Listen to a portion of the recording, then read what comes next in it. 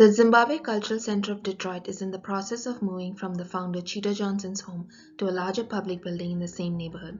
As a part of the Tauman Public Design Corps, Transient Collective worked with the community partners Cheeto Johnson and Gina Reichert to deliver a pre-schematic package for the cultural center.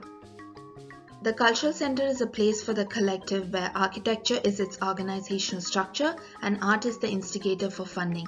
We imagine the space to be a strong, vibrant and inclusive center that is always being operated on by the collective group that is engaged in its sustainability.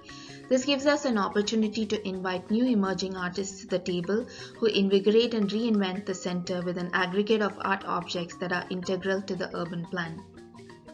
From research and conversations, we identified 3 inherent qualities that we wanted to incorporate in our design for the cultural center.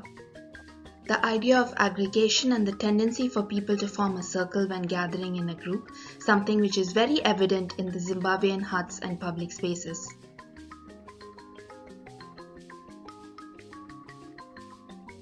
Working with objects of different scales and uses, we wanted to draw inspiration from the architecture of Zimbabwean villages, which have elements that are sacred and fixed in place, along with functional elements that can be moved around for convenience. Keeping in mind funding and timelines, we approached the schematic design in phases. In phase 1, the priority would be cleaning the shell of the existing building, adding a few architectural components, and making the building usable. In phase 2, a new core which houses all the services and utilities will be constructed. This improves the circulation of the cultural center and also adds functional programs like the kitchen, archives and recording rooms to the building. More permanent landscape like trees and impermanent movable furniture gets added to the site to allow for concurrent outdoor programming to occur. In phase 3, the final architectural addition, the community garage, is constructed, bringing the 3 architectural blocks with their different functions together under one roof. To complement this, work starts on the landscape with the addition of different ground covers and the other smaller objects on site. This is when the emerging artists take over the site to work on the different art objects that are embedded within the organizational structure set by the architecture.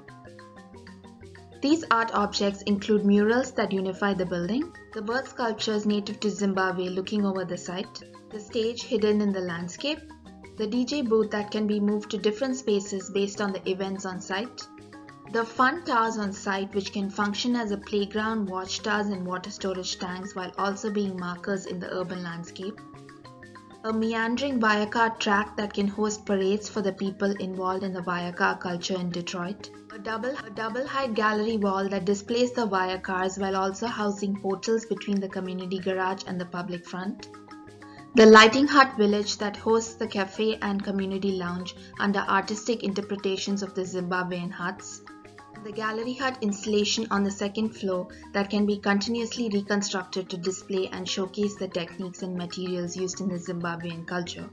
All these art objects activate the urban plan and are constantly changing based on funding and multiple project ideas brought by visiting artists and local residents, thereby making the cultural center always a work in progress. Here are some glimpses of the cultural center in plan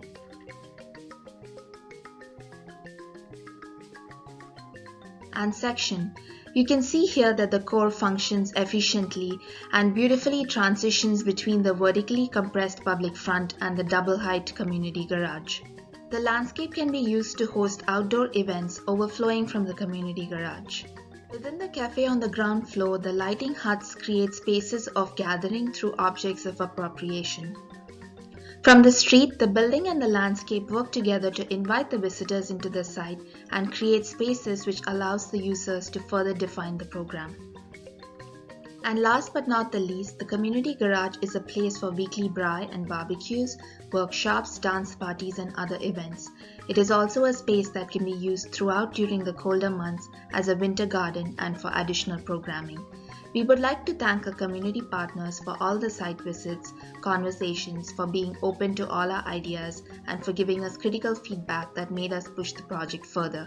We can't wait to see what the Zimbabwe Cultural Center of Detroit becomes, and we are looking forward to hanging out in the community garage and having a barbecue when it opens.